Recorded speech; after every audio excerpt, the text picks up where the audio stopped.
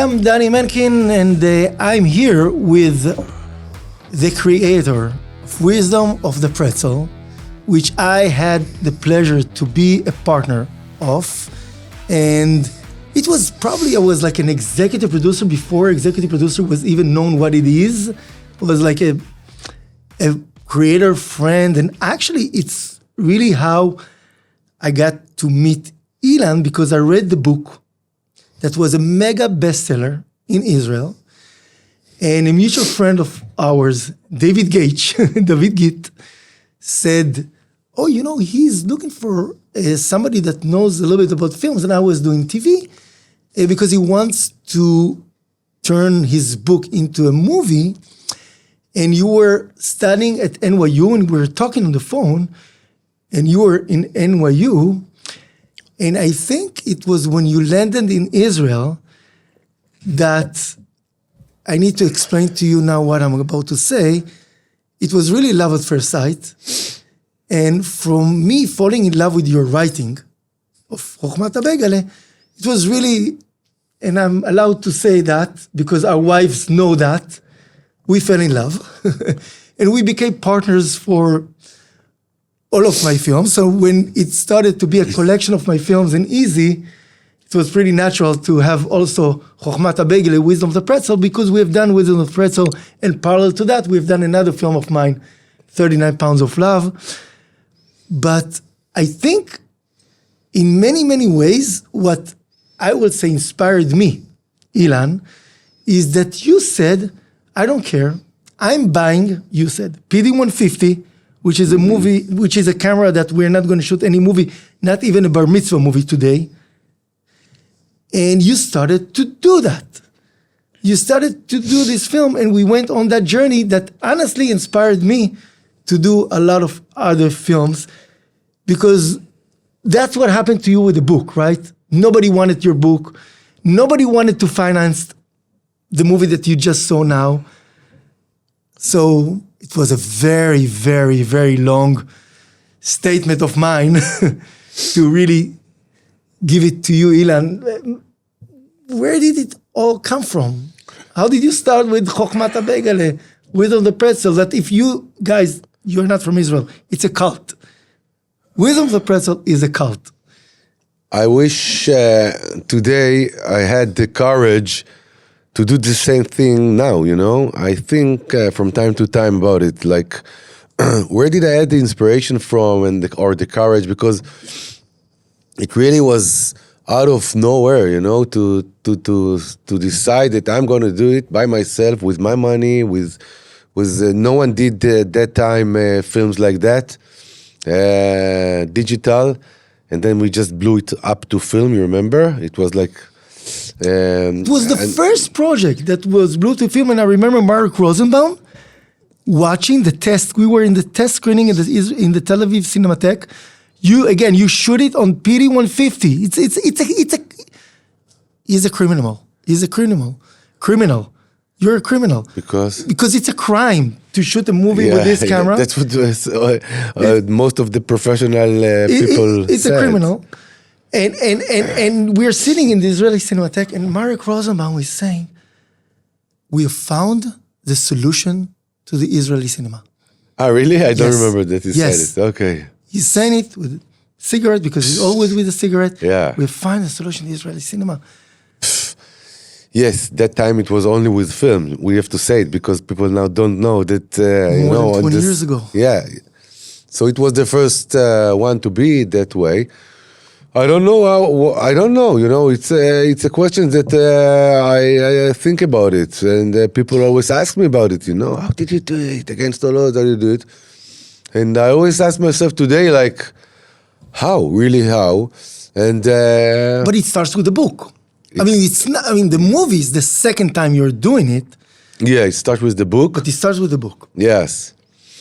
And the book, as well, it was against all odds. And I think I didn't have any other option. You know, it's always courage sometimes comes, you know, when you have no other option. So I felt I don't have any option, you know, because this was the book, because I had a BA in economics. Yes. Yeah. And I didn't get any work, and I wrote this book for the first time in age 26. It was the first time I wrote in my life, you know. And the first words that I wrote, this is like, was this book, you know. And I loved it because it was my heart, you know. My heart was into it. And but no one believed in it. And yes, I said I must do it because I didn't have anything else. So sometimes in life it's a good thing to don't have any other opportunity. I think that Golda Meir said that this is our secret weapon, the Israel, that we don't have other place to go. So you know, I think this is what was with the book. The film, I didn't have to do it. Like I have other options, but the film, I wanted to do it. I don't know. I wanted to do a film, and I think I'm good in running for a short distance. You know, not the same as you that runs marathon or Ultraman. You know, I'm good. Like take energy for a short time, put it to the maximum, and that's it. But in many ways, it's the character of Golan in the movie. Chokhmat HaBegele. That's the character he could not commit because he's... I believe so. Yeah, run for a short distance. Yes. He's you. Yeah, yes. Golan is you. Yes. Running for a long distance, it's you. It's it's too difficult for me. And the film also captured Tel Aviv that you were experiencing as a bachelor. And by the way, opening, he is now with a family, 4 kids, an amazing family man. Yeah. Very proud Jewish, Israeli. But at that time, I mean, you were a little bit different. As I said, I go to the edge as long as it's for a short period of time. I go to the edge, you know. It's like I go for all the edges, you know. So I was the edge as a single, and I did my best over there. And you mastered it. And now I'm doing the best I can in the family with my wife and children. And I try to do my best, but I take one thing, best. But I cannot take it for a long distance. I believe the family is an exception because this is the real project of my life. And what did the movie and the book did to your life? Chokhmat HaBegele. Because even today, more than 20 years after, people still connect you with your... I mean, I love Paul McCartney, so I always refer to Hey Jude Productions and this and that. But and you cannot take the Beatles out of Paul McCartney, so you cannot take Chokhmat HaBegele, Wisdom of the Pretzel, out of Ilan Heitner. I don't know. Like I think we put too much weight on external things that happens to us. That changes us, because nothing changes us so much if it comes from the outside. Like okay, a lot of people love me, okay, hundreds of thousands, but it didn't bring me to the situation that I love myself. This is the thing when you do something like that. So you think that if so many people love this thing, so you will feel, wow, I'm good, to love yourself, wow. But it doesn't work that way. So I don't think it really changed nothing, it just was on the way. Yeah. But it's in many ways, it's something that connected you. I mean, even as a storyteller, there are things that some people say that, you really write one story and then you rewrite it and rewrite it. And today you're teaching about storytelling. And is it true that you have done Chokhmat HaBegele, the book, the story, maybe in some ways the movie, over and over again? Yes, because I can write only about myself, So I wrote about myself. In every period, I'm the same myself. I'm the same, kind of a little bit to the right, a little bit to the left, but I'm kind of the same. So it doesn't matter what happens to you. What matters is the glasses you watching the world, that the world is coming to you. And it's always kind of the same. We want to change it because when we change our story so we can change our life, this is the only way to change our life as I see it. Yeah, you asked before about what was the wisdom of the pretzel, what it did to me, how it changed my life. And I said, if you are in the same perception, the same story, perception, it's a story. If you have the same story, so it doesn't matter what happens to you. If you are like now became a father, you are married, how did it change you? Well, nothing. It's the same Dani Menkin, You might be more angry and more, short, but it's not that it changed. It changes the day. Maybe you have less time for this and less time for that and more time for that. But really, if we want to change, so we have to change the story. And the story, it's the glasses you put and you see everything. You see the world, and and my books are always from the same. It's the same story, kind of. Although I believe and I hope that I change this story, that I'm getting more mature and more smart and more wisdom, and all this. But yeah, so I wrote about myself. I wrote about myself as a single, and then a single that want to get married, and then got married, and then children. And I say that the more you are personal, the more you are universal. So my advice to writers is always that don't think about other people and try to build a plot, and dmuyot, how do you say dmuyot? And build characters. You don't have to do it. What you have to do is think about yourself and just write yourself, and the more you are personal, the more you will be universal.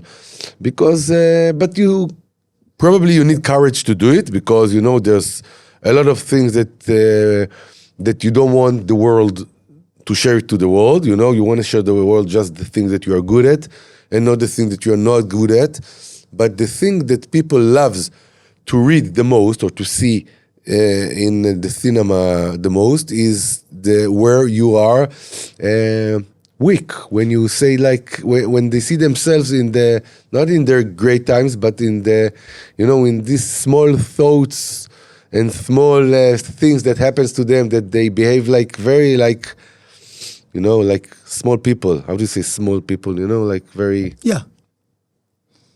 When we were showing the film in the States, and the movie won the Israeli Film Festival with Meir Feinstein, and I remember that's when I could absolutely relate to the fact that the more it's personal, the more it's universal, because what we have seen is that people are just, standing in line to buy the tickets from Chochmat HaBegel for Wisdom of the Pretzel in New York, and then Meir needs to have another screening, and the Israelis are bringing the Jewish people are bringing the non-Jewish people, and then they had to have another screening. So I was like, what?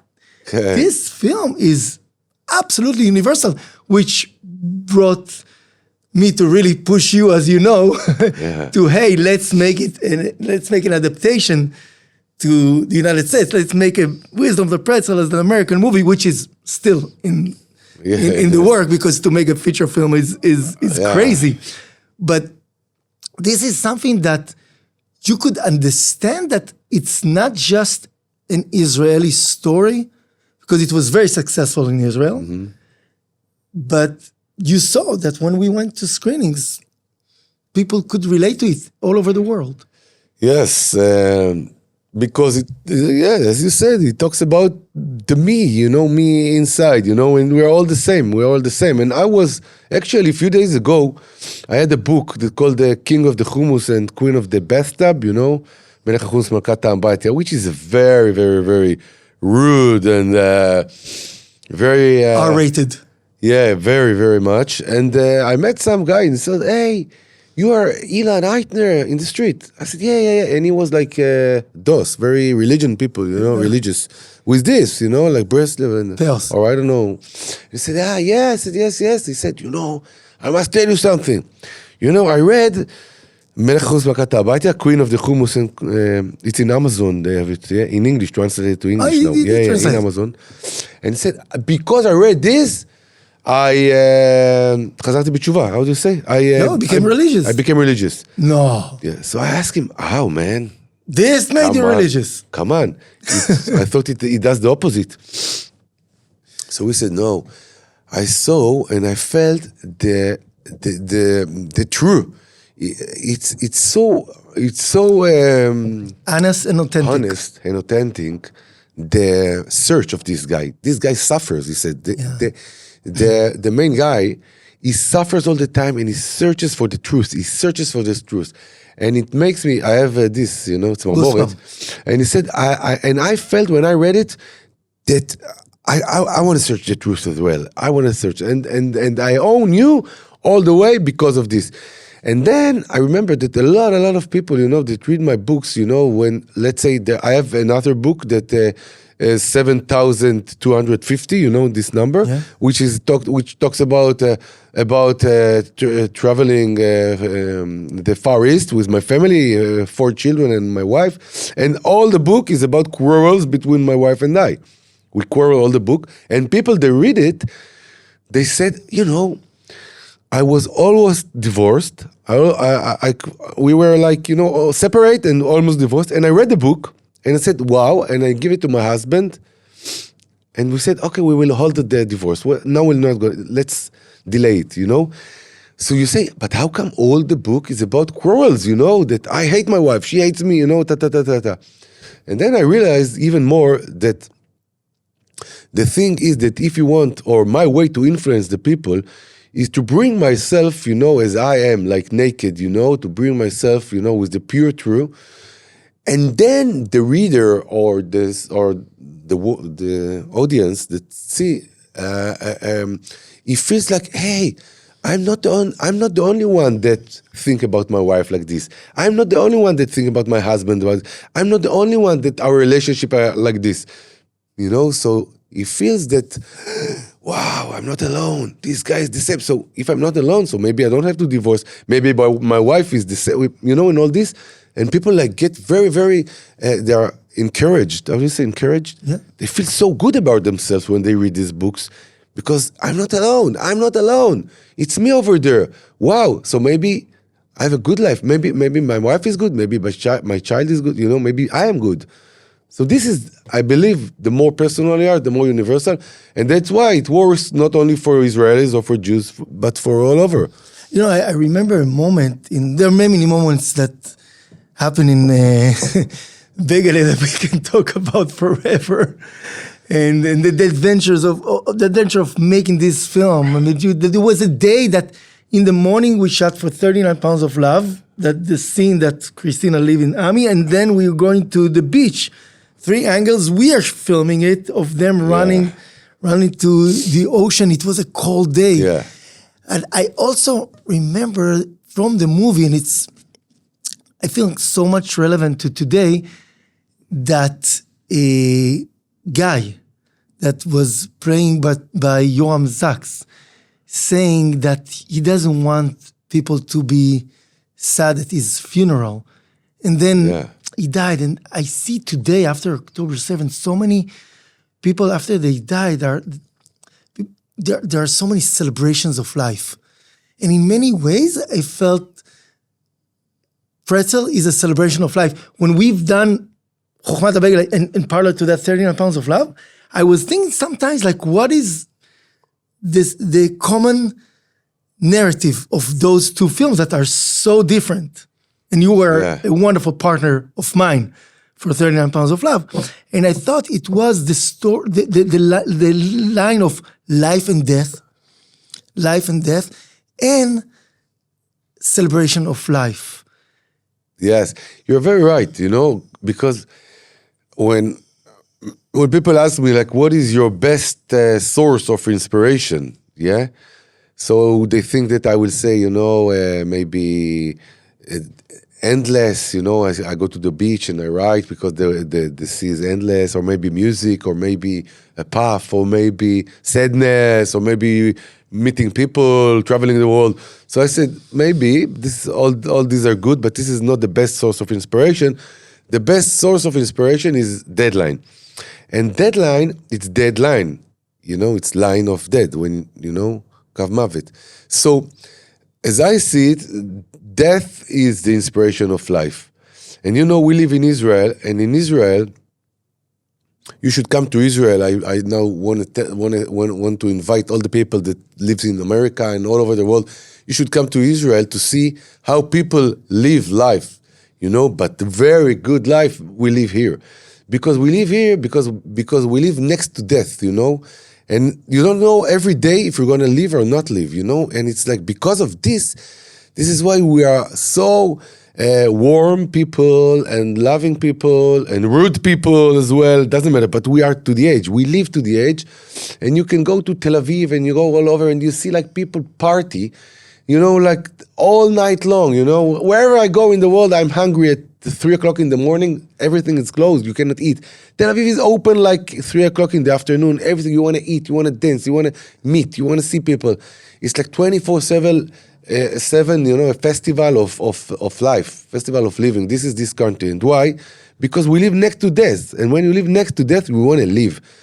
If you think that you're going to live forever, so why should I live today? I will live it tomorrow. I will do it the next day after tomorrow, So this is the inspiration, because a deadline, and we live very close to the death. And that's what the brother Cohen used to say. The best inspiration for an artist is the deadline. Yes.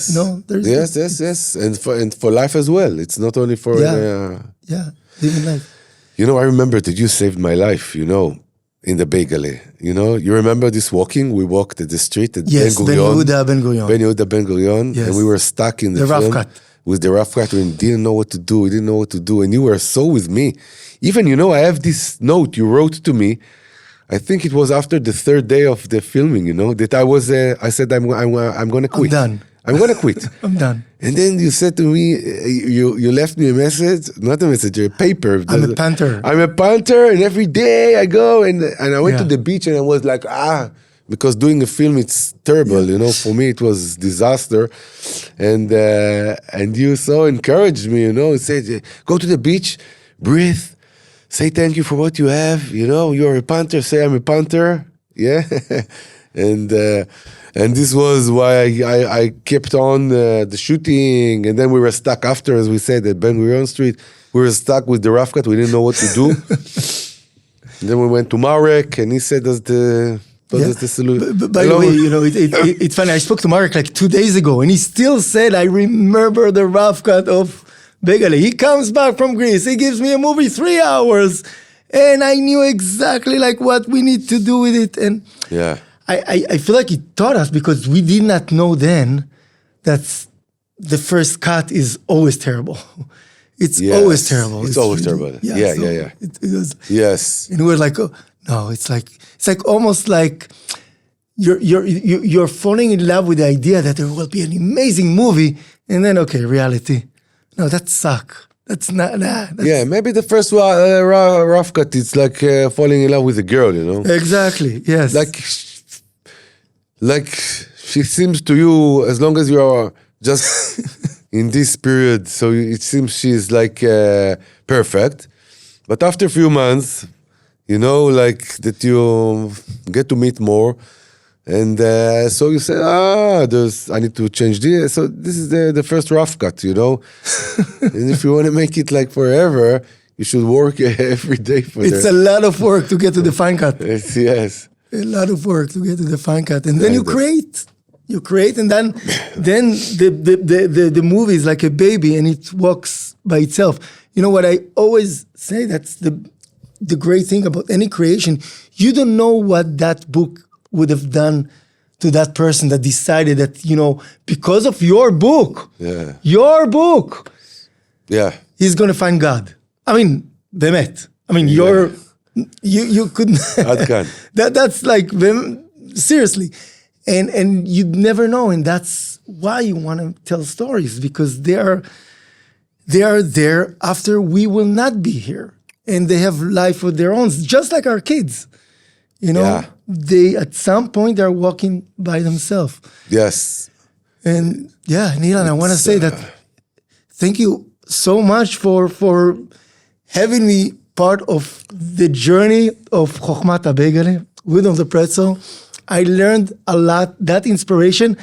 I will say that we were sitting at Gimel Gimel after some auditions that I don't know why, but everyone was depressed, said there is nobody that will ever support us, ever have money for this.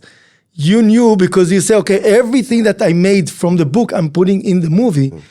And you're telling everybody, I remember we're sitting on the stairs and everybody there are like this. And you're telling guys, we are making this film and it's going to be a successful movie. And like, we are making it and it's going to be a success. And the way you said it, you were convicted. Yeah. You're so convinced because you're convinced. I remember that moment, Dani. I remember that moment. That if we can say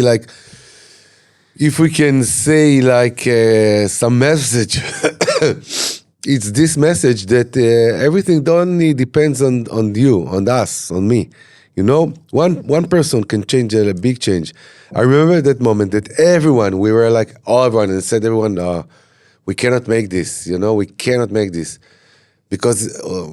And I don't know what made me think that, no, we can, it would be great. And once I said it, everyone changed their mind. Yeah. That moment. Like, it's unbelievable. You say something, because you are, at that point, you are like the leader. You are the director, so everyone looks at you. And everyone says, all the people around, the cinematographer, the actor, everyone, there were 20 people over there. And say, no, we cannot do it. No, it doesn't look good. No, we cannot. No. And then they all looked at me. And I don't know what happened that moment that I said, of course we can. It would be bestseller. It would be, wow, it would be huge. And then the second I said it, so everyone said, oh, it might be huge. I remember when the movie, when it was sold in Israel. We were joking that, it's a new genre. People say, okay, you can make a movie without money.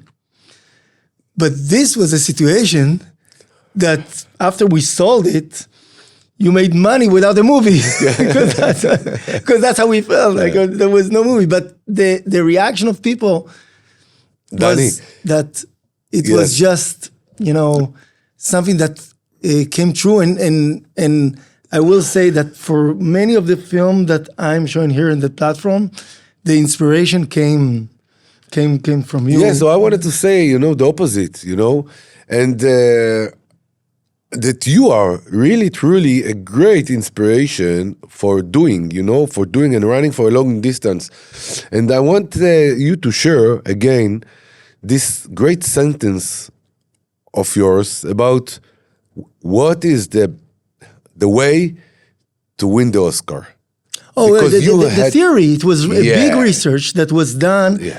It was a big research. It was a big research that was done in Howard University. It was a collaboration with Oxford University and a partnership with Princeton. They were working together to see what is the common thing that all the films that were very successful and won the biggest prizes, including, by the way, the Oscars, they had in common. There was one thing that they had in common. And what was it?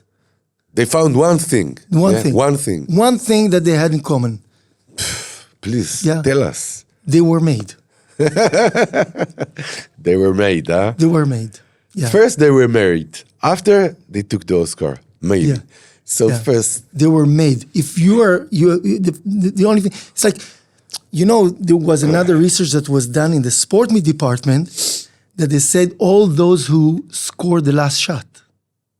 Yeah. They threw the basket. Yeah, they took it first. They took it first. Yeah, they have to take it. Yes, and that's what Michael Jordan said. You have to go after it and make it happen.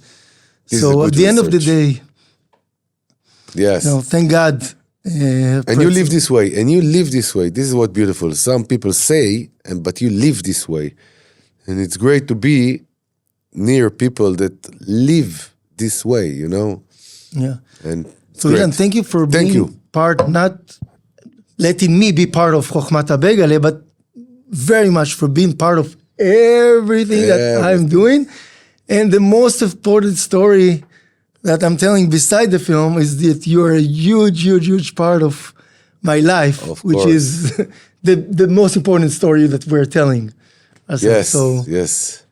Best soulmate ever. I think my wife, that was also there when you were also there when I met her at the opening of. I wanted her. What do you mean? Yeah. She chose you, but you know that. So we're starting to tell more than we need to. Yes, of the behind the scene. But yeah, you are even there.